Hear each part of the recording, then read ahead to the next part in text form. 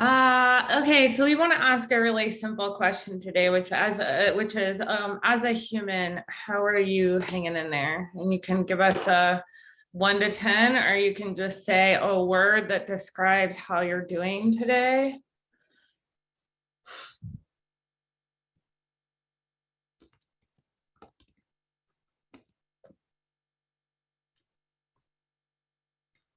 Spinning, but good, angry and shocked, tired, angry, sad, somber.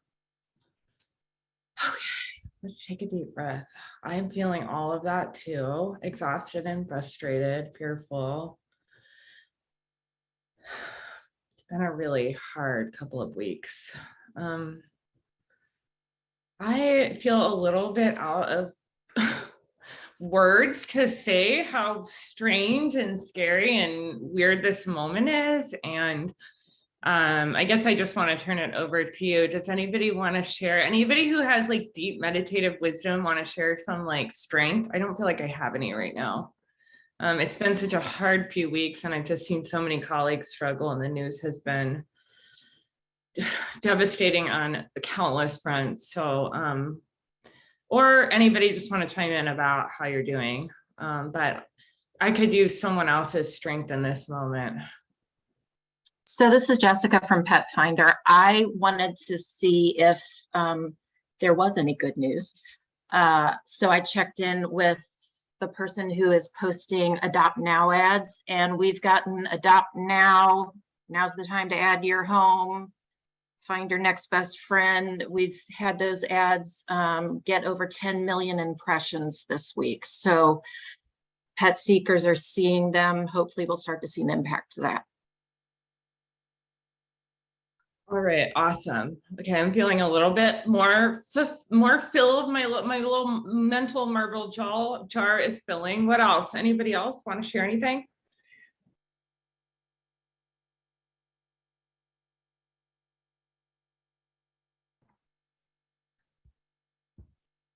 I like what Angela had to say. Even with all the setbacks, we're still in a better place than we were years ago.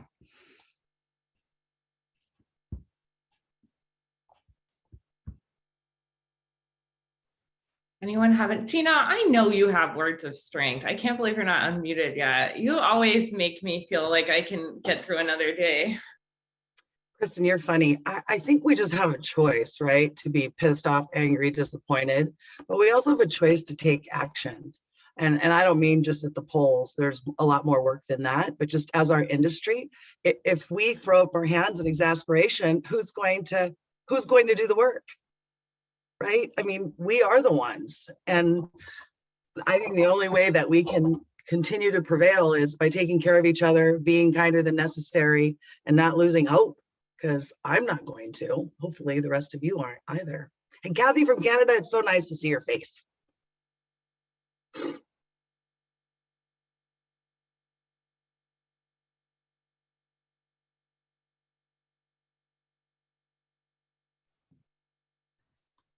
I'm just going to say that things are going to get better. So, right, we're in a really tough spot right now, but it's just the swing of the pendulum, and we just have to remain hopeful that things are going to get better. And I appreciate the fact that we have so many incredible colleagues that are willing to get together or just take a phone call and support one another. So I think these phone calls lift me up.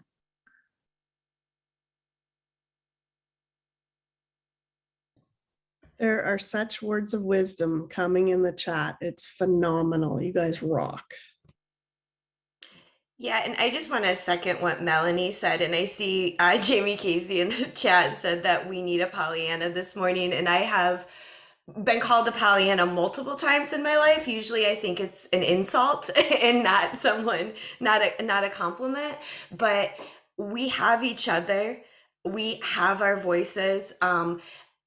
This is an issue that's incredibly important to me on a personal level, and I'm trying really hard not to get emotional and stay really positive about it. But we need our allies right now. If you are a mother, please speak out, because I think this issue gets passed to women who are not mothers a lot of the times, and we need our mothers to stand up and say, yes, we love our children, we love children in general, but this is a bigger issue than that, and we need other allies, we need our male allies, we need everyone to come together for this, but we have each other. This is a strong group. We can do this together. And thank you for Kristen for just starting this call out this way. I was having a great morning and getting so much done, and then I turned on the news and I was just like, oh, how are we even going to get through today? So thank you, Kristen, for starting us out this way and giving us this space. I have something good I can say. Can you hear me? Yes. Okay.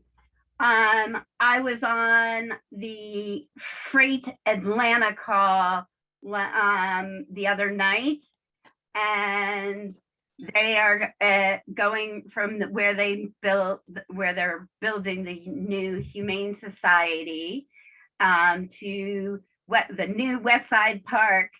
I got the city of Atlanta to commit that they will have sidewalks so I can take kids from foster homes to the Humane Society. We can get dogs and walk them over to the new West Side Park. That's awesome. All right, can I just say one more thing? Yes. So I work and do a lot of legislation in California, and I just want to encourage all of you to make sure that your voice is being heard. Sometimes we just assume that our voice isn't going to be important, but it is important. And right now we have a misrepresentation of our majority working in DC and even the Supreme Court now. And the only way that that's going to change is if each individual person is willing to step up and really make a stink for what they believe in and to rally troops in the right direction. And so it's just so incredibly unfortunate and terrible. But we've got to be willing to send an email, make a phone call, because guess what? The squeaky wheel is the one who gets the attention. And most of us don't want to be the squeaky wheel, so we don't do it. But that leads to the people that are the most extreme getting the craziest stuff approved. And so I just would encourage you to be a voice, even if you don't feel comfortable going out to the public with your thoughts and opinions. Just you alone can make a difference.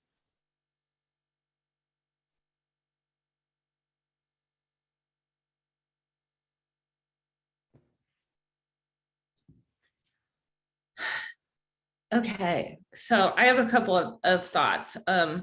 One is that I had a dear mentor named Richard Elias, who was the chairman of the board in Tucson, and he died at the very beginning of COVID unexpectedly. And in my last conversation with him, he had been fighting for housing equality for 40 years. It was his whole career was to like ensure people could get into housing. And I remember he said, I am saying the exact same thing and fighting the exact same fight, just in different ways. These are like lifelong fights we're going to be in, and get used to it. Like none of this is going to change. It's like you always are going to have to be fighting for human rights. So that helps me feel better. And then the other thing is that I have another mentor who was very involved in third world women's reproductive rights, who is very connected to this sort of as a global issue. And however you feel about, it's hard to talk about abortion without people having really strong feelings. But I think that he told me, and I listened to a number of scholars talking about how that fight really catalyzed a group of people. It's a little bit like, have you ever been in a group and like there's one person everybody can't stand, and it makes you like all really like each other and work together? So that abortion catalyzed folks in a way, and that I think that people working within the reproductive rights movement feel like this had to happen to kind of move forward. I don't think it's any surprise to any of them. It's been years in the making. I think what's scary is in the statement, it really paves the way for loss of contraceptive rights, loss of same-sex rights. I just got gay married, gosh, I don't know, 5 months ago. So I'm like, no, you're not taking that away. Finally got it. But you know, I think it is scary. And I think like all of this is like very expected in the history we've had. And, you know, we've lost our unions. We've lost workers' rights. Like, I think some of these things have really gone backwards, and maybe this work then catalyzes these events catalyze us to work for a better future on the other side. So anyway, okay, well, so we have another crisis that's really ours, which is that I can't tell you how worried I am about all of our colleagues who are in shelters right now, who are facing just this moment where I keep hearing like, well, things aren't as bad as 2019, but things, thank you, things are really different. It's like, it's hard to compare any of this to any year that came before, because we've never had a year like this. And so I wanted to take just a couple of minutes at the beginning of the call. I didn't even know how to do this call. It feels like we've been talking about this for 4 calls, but how do we not continue to talk about it? Because it's like, people aren't doing okay. I think I saw Rebecca Gwynn is here, who is a colleague that I have a ton of respect for, and is like fighting so hard right now for the dogs and cats in the shelter. She's one among like hundreds of folks I know. And so I think today what we're going to try to do is firm up an action plan. I said in the email, we can either do nothing or we can do something, and that something might fail, but at least we tried.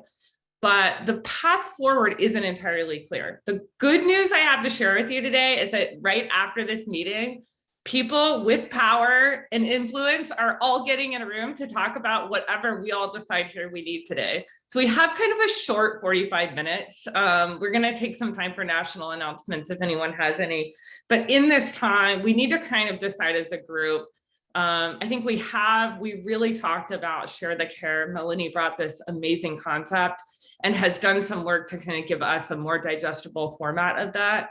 And everyone seems on board with the concept, but the what we actually do as an action is still a little bit in question. And so I wanted to get more clarity on what national adoption events are happening. And is an adoption event the best thing we can do, or is it more of a PR campaign just to get the word out? So before we get into any of that though, I just want to give any of you on the call who are living the difficulty of this moment, a moment just to kind of tell us where you're at, what you're seeing, if you're seeing things change. So please, again, this is one of those things where you jump in. We ask people to keep comments to about a minute if you can.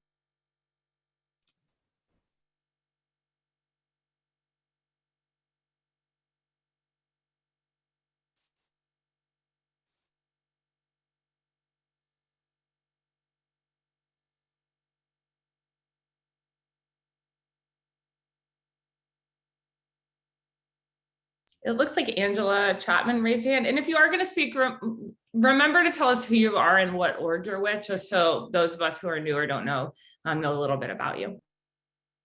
Hi, yeah, my name is Angela. I'm in Lebanon, Tennessee, just outside of Nashville. And we are a nonprofit shelter and a low-cost prenatal clinic. And what we're finding in our area is, so we're near Nashville, so housing is a major issue right now. And what we're finding is so many places are changing their policies to where anything over 30 pounds is just not allowed. So we're not looking at breed restrictions per se, but size restrictions. And in our area anyway, almost all of our animals are typically over 30 pounds. A very small percentage are smaller than that. So we appreciate all that the animal side of things like are trying to do for us, but I'm curious if there's any action towards like the housing side. And if anyone on the animal side has a way to, help advocate or assist on the housing issue. Thank you, Angela. Stacy?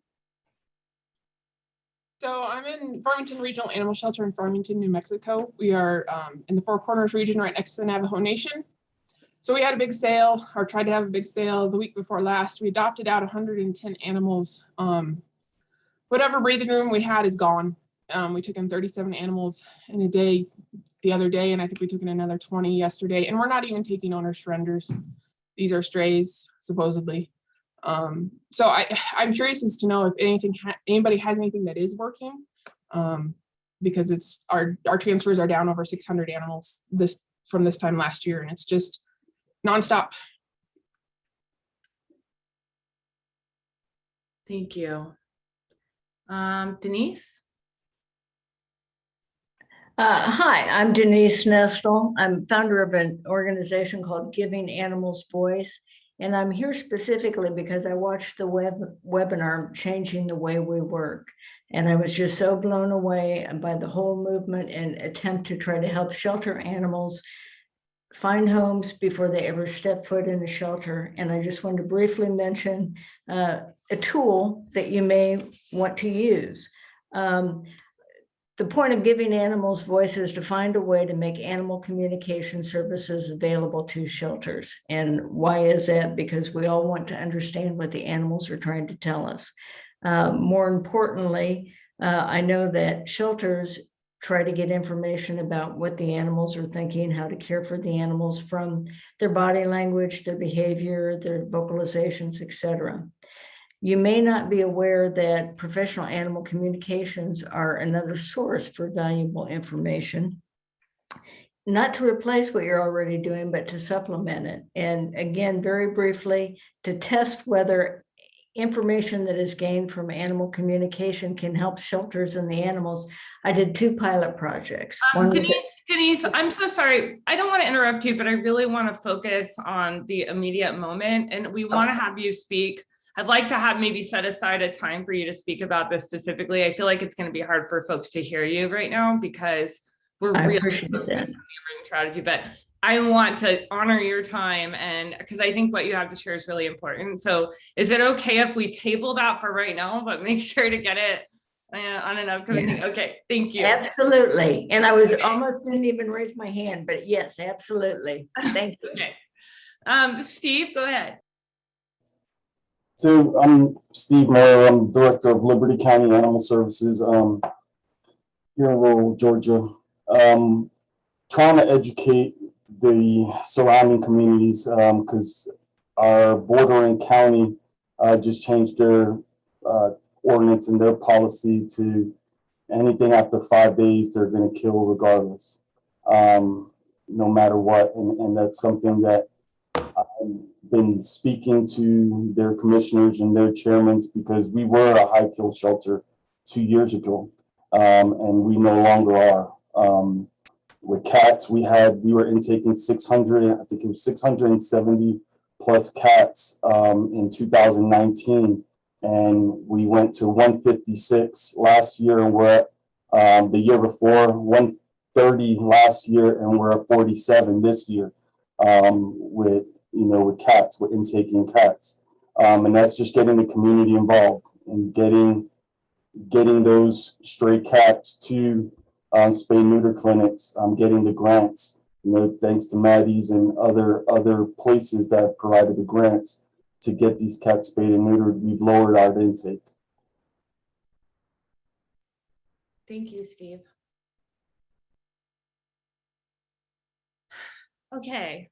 So what we do know is that many folks are in crisis. I see Amy Sadler's here too, and I don't know if, Amy, you're probably getting a lot of calls, I'm imagining. I think folks are in positions to euthanize dogs that they've had for a long time that, a lot of what I'm hearing are these kind of hidden gems that sat in the system since the beginning of COVID and have declined. And shelter workers, it's like we've almost forgotten the days when, euthanasia of dogs that we really love was kind of business as usual. And so there's this real emotional crisis happening, I think. And I don't know, Amy, do you want to say anything? And I don't want to put you on the spot if you don't, but I saw you were here and I think you have closer to this than almost anyone I know. Oh, definitely. I'm always happy to share thoughts. I mean, we're bouncing around and working with shelters all over the country. And that picture looks, to be honest with you, relatively similar from our perspective on the ground. I mean, we're still dealing with the volume of animals and just trying to get them well cared for, enriched, that it just seems to be relatively consistent. But I know it's the issue of then getting them out that everybody is facing. At the canine center, that's a kind of different population, the end game population, that again, from our perspective, it's been consistent and the same. We just have that long wait list of dogs. I think that we are all, it feels worse also because we're more aware of just keeping them in the shelters longer term is actually as much of the problem. So I just, anything that we can do to help any of you, you can reach out to us as far as trying to get on the ground to help you manage the populations that you have, or just reach out to us if there's anything that you think that we can do to help. But we're chugging along with you and trying to just help you get through it. But the one thing I have to say is we've always said we help to make them adoptable. We don't get them adopted. That's never been our forte. So I think that's what a lot of you guys are really facing. But in the meantime, if you're sitting on a bunch of them and there's anything that we can do, let us know.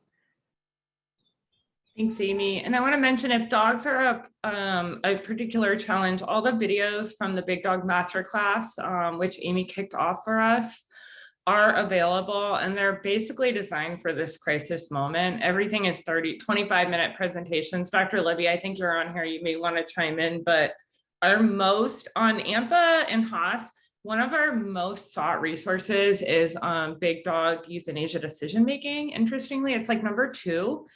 And I think we have a protocol that is pretty strong. When I have a second on this call and someone else is talking, I'll pull it. But if your org is struggling with that, there are, I think we have a decent protocol on getting through those. And a lot of it means communicating with the public. We've been auditing the longest stay dogs in shelters, and we're finding that in more than half the cases, they have never been marketed on social media, even if they've been there a year.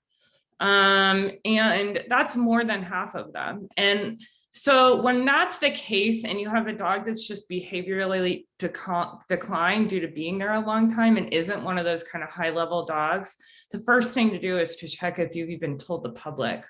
And we're finding most orgs haven't, and the leadership doesn't know they haven't. So just a side note, but I can share that protocol as well. Dr. Levy, I think you're on here, and I don't know if you are willing to chime in kind of about your thoughts on what would be most useful now. We're going to align, I think, around this share the care messaging, but the what is really the question.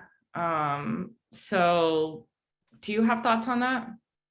I just echo yours. I'm defeated today too, with everything that's going on. Sorry.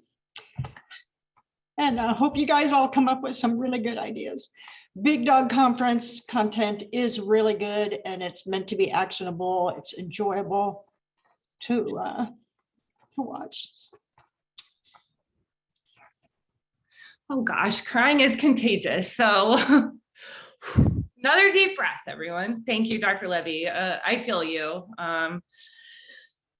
Okay, so we really, I want to turn to Melanie really quick, and then I'm going to make myself pause so we can talk about a couple of practical things. But Melanie, before we go into kind of a discussion of the what, since the last week, you presented this idea to us. And I feel like we all got the idea, right? It's asking the community to share responsibility for our homeless or lost or stray or whatever pets. Do you have any thoughts on practically kind of where you were thinking this if we do all align? Is this more of a messaging campaign, or is there an action associated with it? So I think there's lots of things that go into this, but in a lot of ways, this is about public relations and increasing education around supporting the animal shelter needs and what life-saving really means.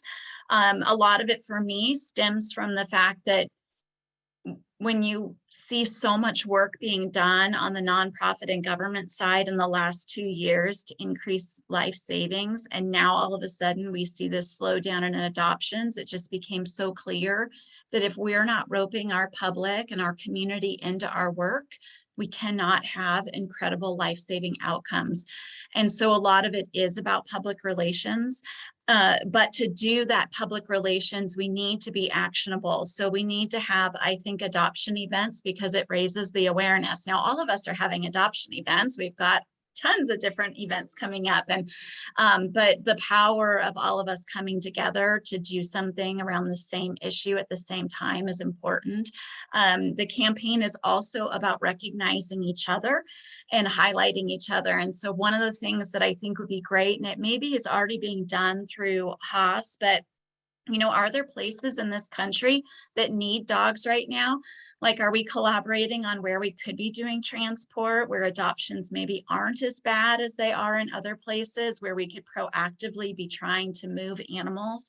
Unfortunately, a lot of the places that we would normally move animals are suffering from adoption reduction. And so we can't move the animals there because they can't move animals.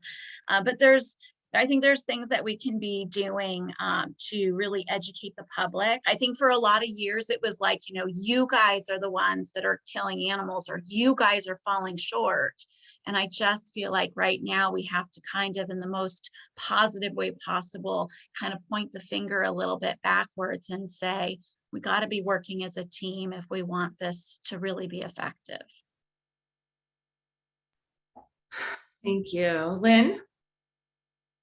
Yeah, that really, I agree with that so much, but I think that there's a disconnect between the shelters and rescues and the general public. And what really highlighted it for me was we have this foster person at PAC here in Tucson.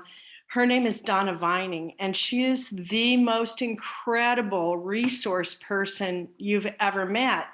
She doesn't spend a lot of time at the shelter, but almost everyone who fosters knows if you need something, Donna has it. If you have something extra, give it to Donna. She'll find a place for it.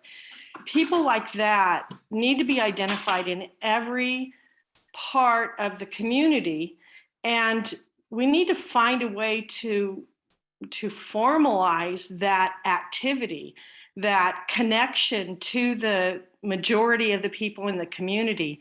The people that I stopped by and dropped off some stuff for her, and while I was there, 5 different cars pulled up and picked up different kinds of food, bedding. She's there for them, and they know it. How do we identify people and create this in all areas of our communities? That is our connection, and it's what's missing here in Tucson, I think. I can, so Len, that's kind of part of the Share the Care point, is that in the beginning of the pandemic, we had so many incredible community members jump up and say, how can I help you? And now we're in another emergency, but we're not being as vocal to say, we need your help. Like, come and help us, and then giving them actionable ways to help. And so one of our calls to action at Valley Humane Society is, you know, please adopt. But if you can't adopt a shelter and promote their animals and services. And for Valley Humane, we don't say promote Valley Humane. We just say promote a shelter, like grab a shelter. I don't care who it is, and promote the work they're doing. And I also want to add that I think, to the rescue point, you know, we have an entire network of people dedicated to animal welfare that are not getting the benefit of the education that we all get. And so with Share the Care being a campaign that brings government, nonprofit, and community together, I think there's opportunities for us to proactively bring our rescue groups into the fold and start kind of helping them see some of the incredible work that's been done over the last 2 years. We still have places in California. We just had a rescue group that stopped doing spay and neuters at Valley Humane Society because we wouldn't euthanize FIV positive cats that were symptom-free, totally healthy cats. And so it's like, okay, they thought we were wrong. We're not going to euthanize healthy animals, but there's a whole level of education that they're kind of missing out on. And so I just feel like, you know, remember, this campaign is about not putting anybody down. It doesn't supersede any work anyone else has already done. This is just about trying to bring us all together. Thanks, Melanie. Okay, we're gonna take a pause on any additional comments. to kind of let you know what's going to happen after today's meeting. We know folks start to have to go at about the half-hour mark. So Allison, help me out here so I make sure I get this right. But so today will be our last meeting until after the Best Friends Conference. We won't meet next week, nor the one after. Allison, is that right? Yeah, the next time we'll all meet is on Monday, July 18th. And the important thing is to re-register. The link I just posted in the chat, because these meetings are going to be revamped into a new Zoom. So make sure that you re-register. So this will be our last Friday meeting. We'll meet on Monday, and we're combining the shelter support with the leadership meeting so that everybody is included. And we're changing the time to 11 a.m. Pacific so that people in Hawaii and Alaska can join us without getting up at the crack of dawn. When we started these calls, you may remember that we really had two calls. One was for kind of frontline shelter workers who needed peer support, and one was for leadership level staff who needed to talk through. I mean, at the time, Dr. Levy and Suzanne Kogat and a number of us, Nancy McKinney, I think, was on those early calls too. A lot of us were really wondering, what's going to happen if cats particularly get COVID and can spread it to human? What's going to happen to the animals in the shelter? And so we were really meeting initially to talk about COVID related crises and response.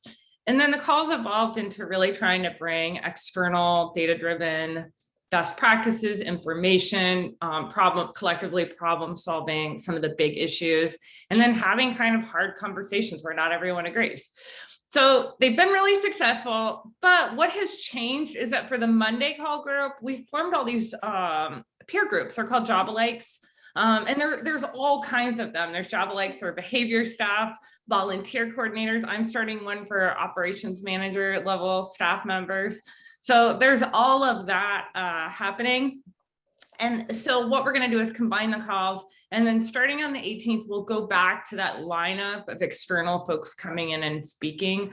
We kind of have pressed a pause on the format as well, just as we're dealing with the space situation, the short staffing, the economic crises that seem to be getting worse. But again, I want to make sure that as we build that schedule, we're bringing in a huge array and diversity of speakers. So please reach out to me if you have folks that you think should be on the call. And we're also going to be bringing some for-profit organizations who really want to be helping shelter pets.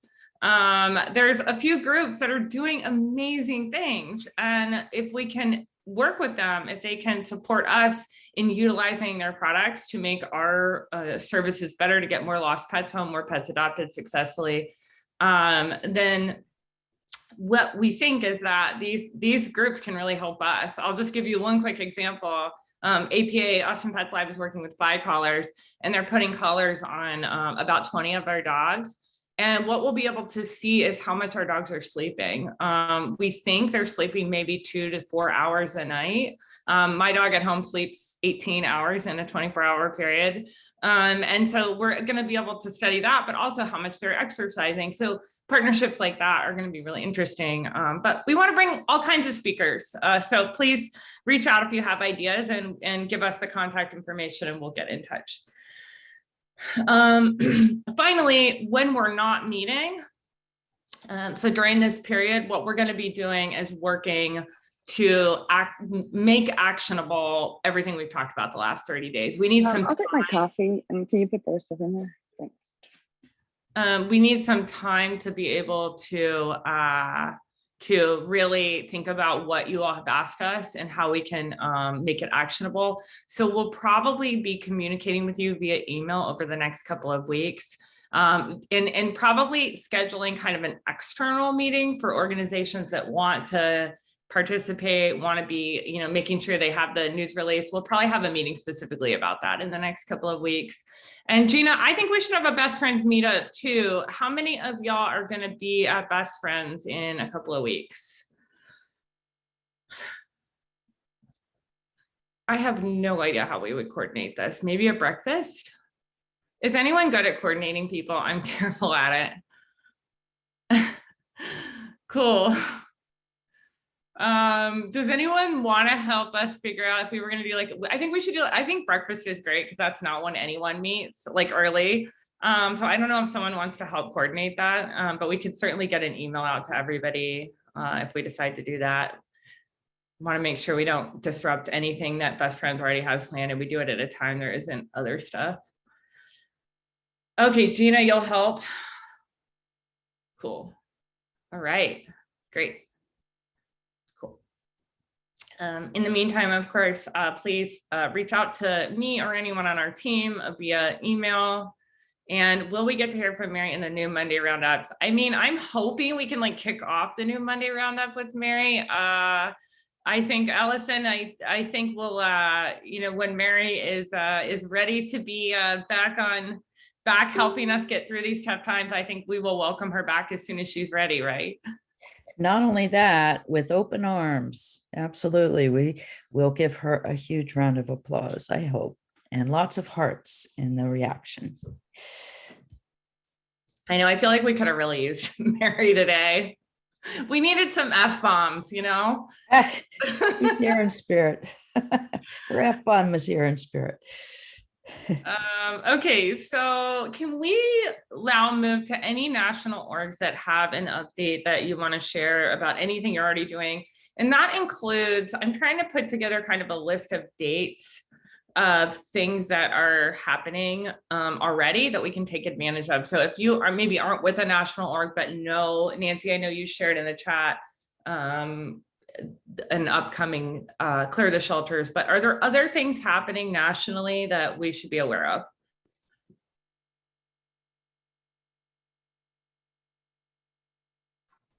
Could I throw a shout out for ASPCA Research Forum? We're still looking for researchers to submit any topics of interest to the sheltering community. That deadline closes on July 8th. Particularly interested in anything to do with cruelty or equines, but honestly, just surprise us. And that will be a virtual conference in November. I'll drop a link in the chat.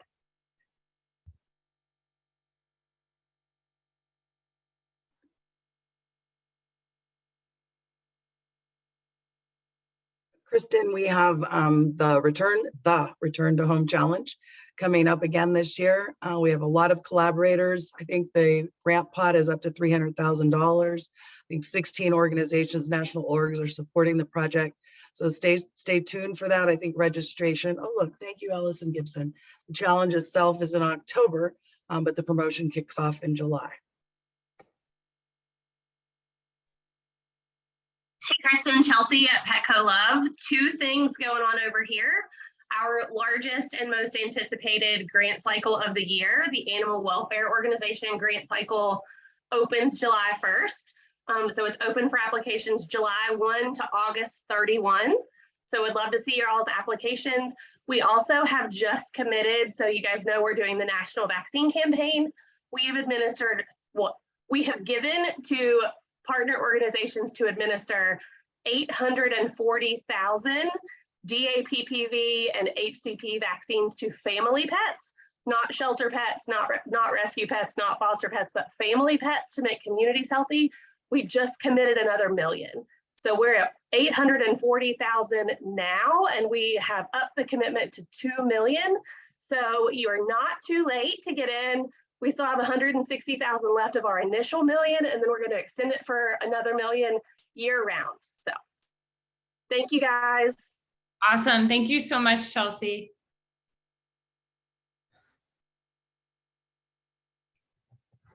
I'll jump in here. Best Friends just announced earlier this week that we have a national adoption weekend that we had started planning back before Kristen started some of these conversations. So we have it planned for July 22nd through 24th. We're offering a stipend of $50 per cat and $100 per dog for any participating rescue group.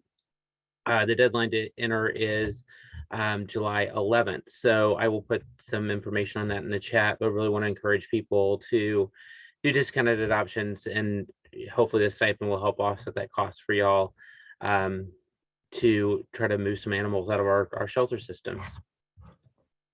Can any organization participate in that? You must be a network partner, but there is time to register to be a network partner before the event. So feel free to do that. And if you have questions, you'll have to chat with the network team. But there's information in there on how to do that. Okay, awesome. So people, it sounds like pretty much anyone can participate. You just have to sign up to be a network partner before that. And that's a huge incentive. So that's great. Anyone else?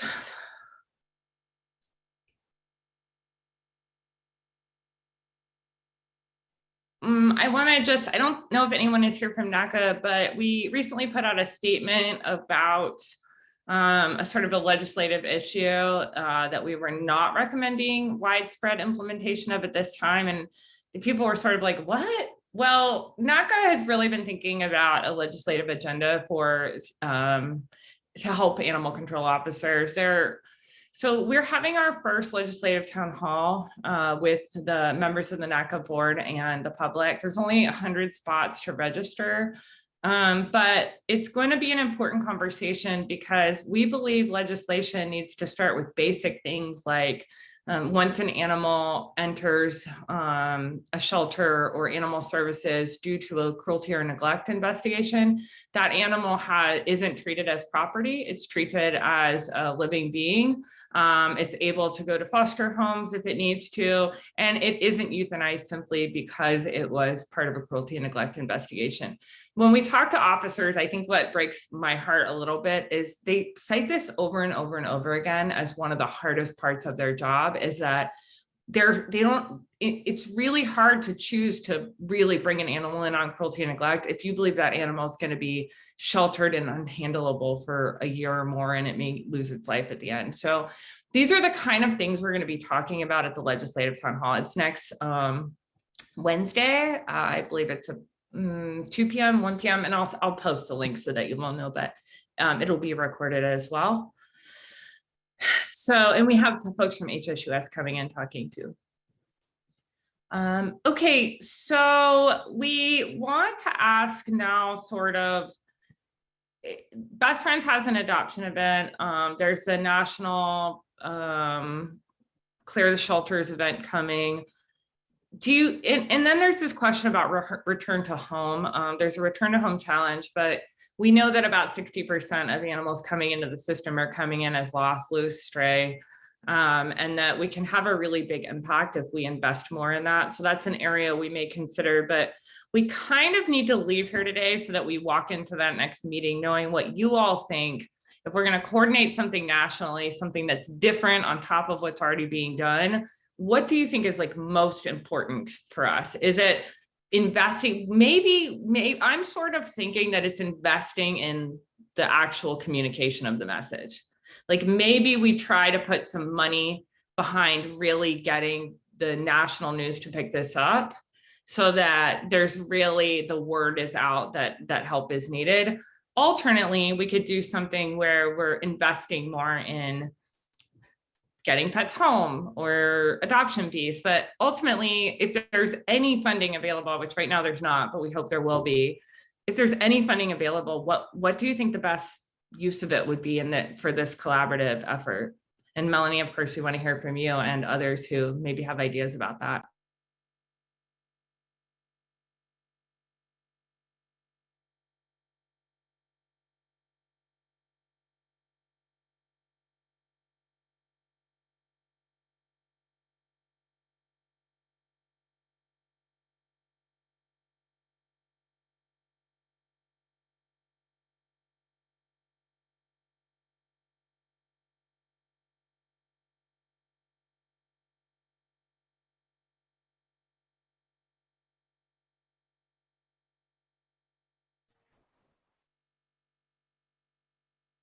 I think what we need is unified messaging on community support. Unified messaging on lost and found pet behavior would be most helpful for us where we are, but unified messaging on adoptions might be helpful elsewhere. But just saying that we are all a community and we're all in this together. And the idea that the shelter will clean up the problem, the quote unquote problem, and I see some comments to that effect, and I know that's what we're all talking about, but I don't know that our communities have heard that unified message. It feels like I'm reinventing the wheel in my own area.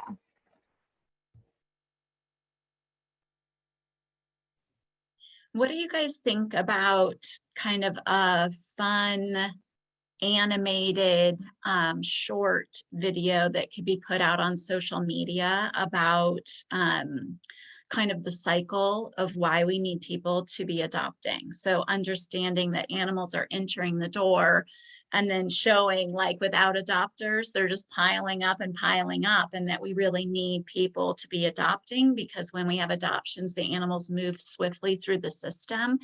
That might be kind of a way. I just don't think people understand the work that's being done. So I wonder if we created some collateral like that could be put out, but also is neutral enough that it's not, you know, so specific to how some people work versus others. Do you guys think that that might be helpful?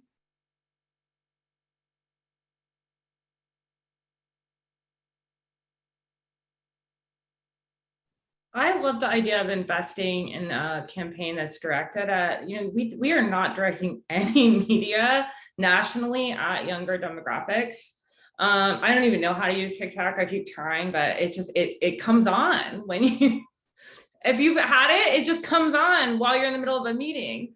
It's very stressful, but I don't know that young people are really even know the issue, and young people inspire their parents to act. They're young people who want a pet right now can really, you know, say, let's go buy one or let's adopt one. So I think that the idea of videos, of maybe a couple of strategic infographics, and then maybe investing in some of that kind of younger social may have the biggest return on investment, just so we can broaden the people who know. And I really like the idea of inspiring action beyond just adoption, because not everyone can adopt. And when I was talking to this NPR reporter the other day, that she kept asking me what people can do if they can't adopt. And I think maybe trying to answer that for the public right now is also a good thing to address. But who else? Just jump on in and give us your wildest idea. I think that's a great idea of reaching that younger audience, but I'd also like to try to reach those demographics that we've alienated, right? How do we, you know, I know our shelter struggles with having somebody that can speak Spanish and do those interviews and make those publications. So I wonder if that's something that, right, we can focus on and have this large campaign towards Hispanic demographics or African American demographics that we're not currently reaching.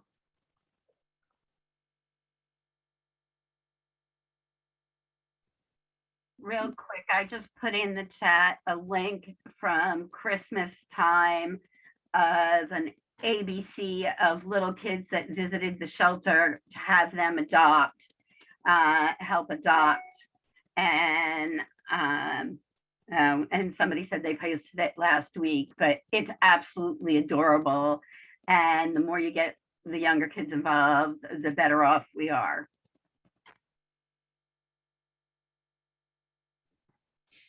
Someone came up with the idea last week of, you know, including young people, including kids. And I think it was Bob maybe who mentioned that. But I think that idea, you know, we're all pretty opposed to in this moment, right? Just to say we need to do more humane education is not going to be immediately helpful. But I think incorporating young people of all ages into doing something like drawing a picture, things like that, I think really gets people, it's that spirit. What really spoke to me about Melanie's idea is that it's the spirit that no one is excluded from being a helper. And that message just feels key. And to your point, Monica, everyone has to mean everyone. It's almost like we need a love is love, you know, like we need a slogan that's that tight to say, like, everyone is included when it comes to being part of the solution. And I'm not sure we're quite there, but Share the Care is extremely close if we can specify that it's about animals and people.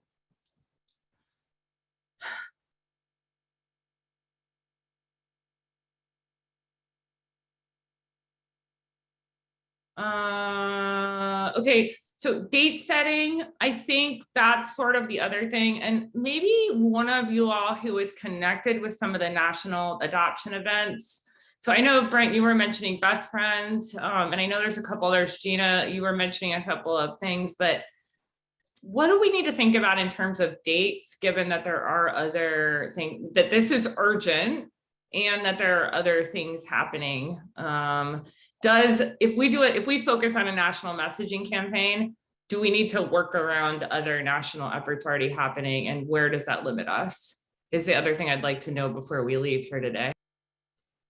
Also, if I could just say, could we use it internationally possible, Kristen? Because we're just starting, we're a bit behind you guys, but it is coming. The wave is coming in Canada too. So we're just starting to see the increase. Kathy, I'm a monster. I'm sorry. No, it's just a reminder. I mean, it's like you have to do this every time it's not acceptable, of course. An internationally coordinated message. I know we have colleagues in a couple of other countries who are interested in participating too. So thank you for bringing that in. Just keep kicking me in the pants. Can I ask really quickly, how many folks on the call have dogs in shelter for over 12 months?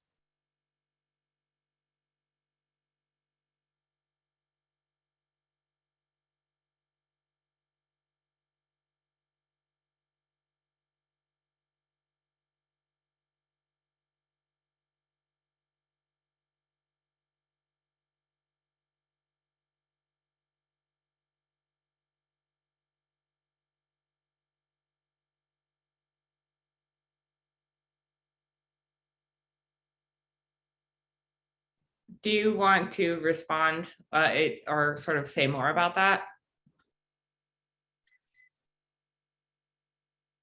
Are you, for me, Kristen, I just wanted to get a sense of, I mean, we know things are bad. And as I mentioned previously, we're tracking and we're seeing a sharp increase in number of pets posted on our site. Last time I mentioned something, we were at 260, we're over 271,000 just posted for adoption today.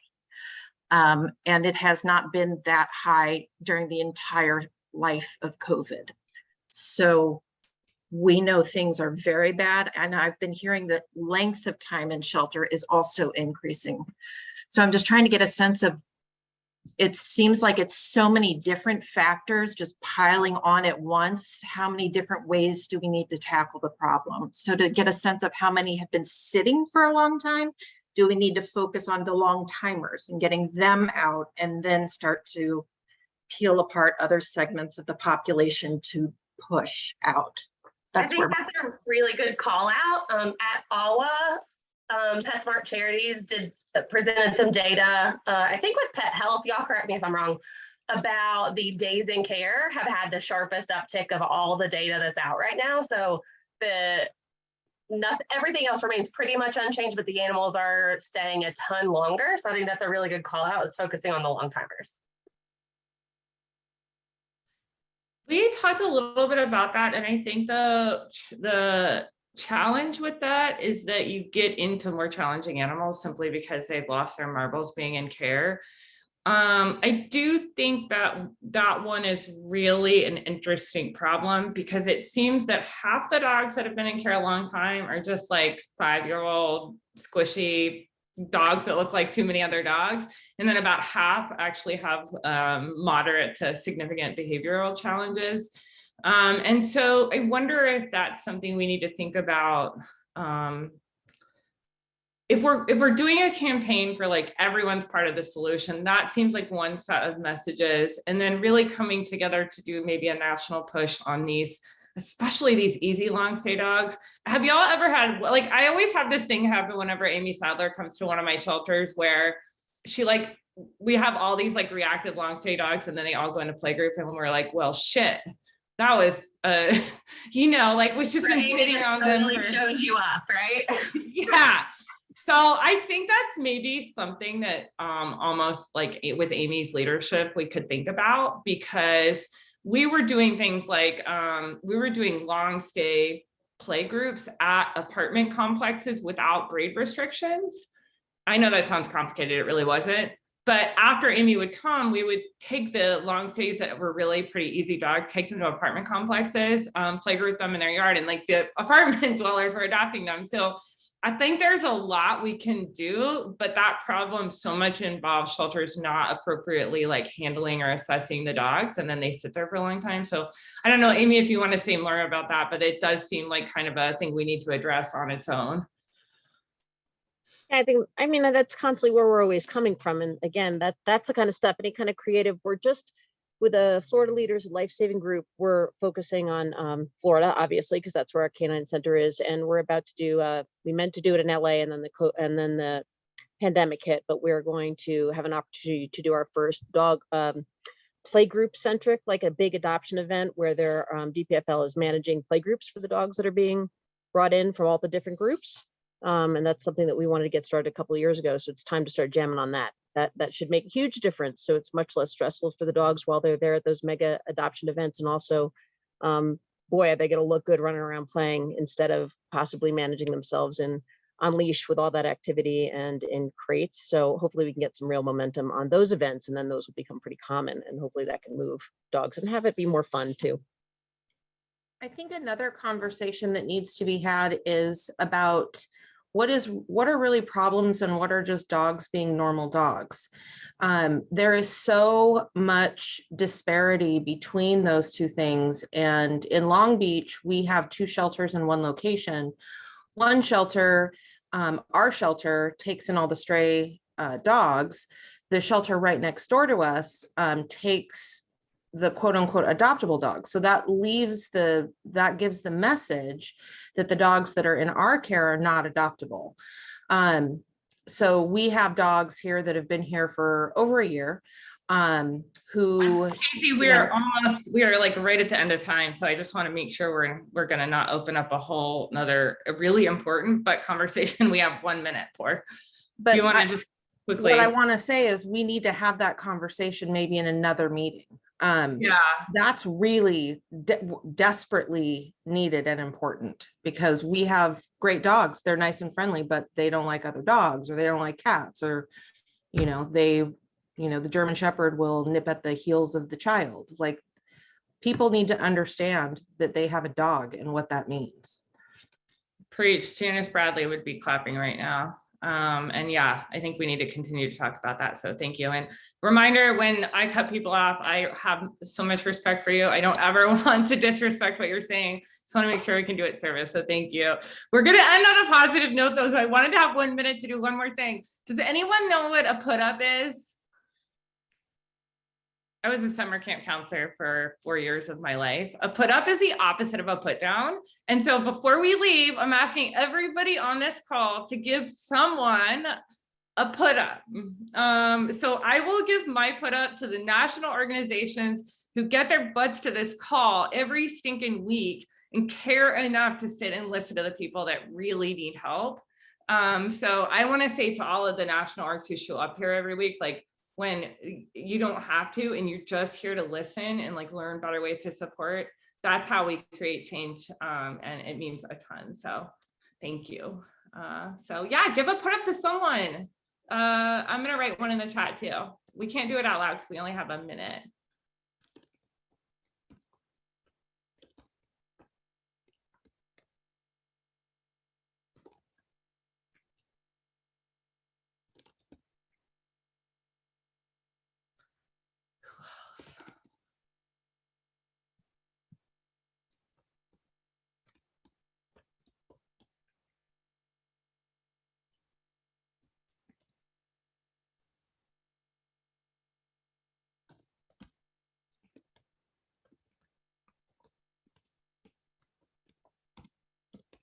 Personally, I can't write fast enough, so I'm trying to give as many as I can.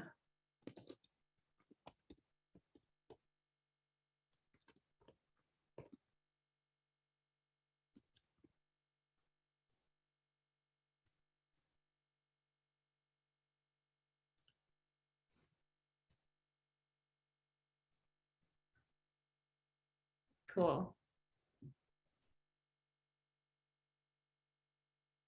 Oh, you guys are awesome. Okay, well, we're gonna go meet with a small group of people who are amazing change makers to try to do something about all this. So all I can ask is please check your email, the next one you get from us, and hang in there. We're fighting the good fight, and it's getting harder from here. So this group, we want to see all of you on that Monday call, because we have got to stick together now. A collaboration and working together and supporting each other, that's the only way we stand a chance. So see all of you soon. We'll coordinate something for best friends. Gina and I will be in touch about that. And love to all of you. Thank you so much. July 4th, everybody.